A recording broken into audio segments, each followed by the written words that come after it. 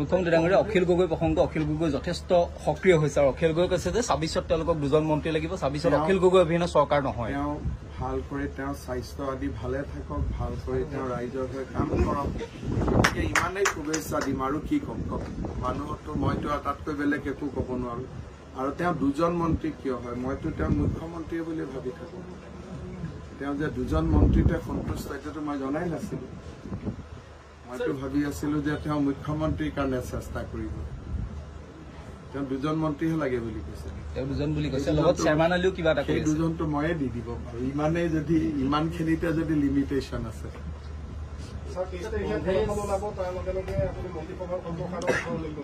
হৈ যাব মন্ত্ৰীসভাৰ সম্প্ৰসাৰণ বুলি বিশেষ একো নাই বৰাক উপত্যকাৰ এজন প্ৰতিনিধি ল'ব লাগে ইমানেই কাম বহুতো কাম নাই Sir, Congress and the MDF criticized yesterday's Assam cabinet decision of renaming the foreigners.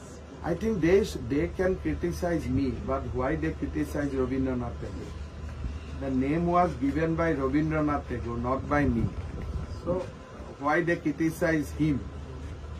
They can criticize me.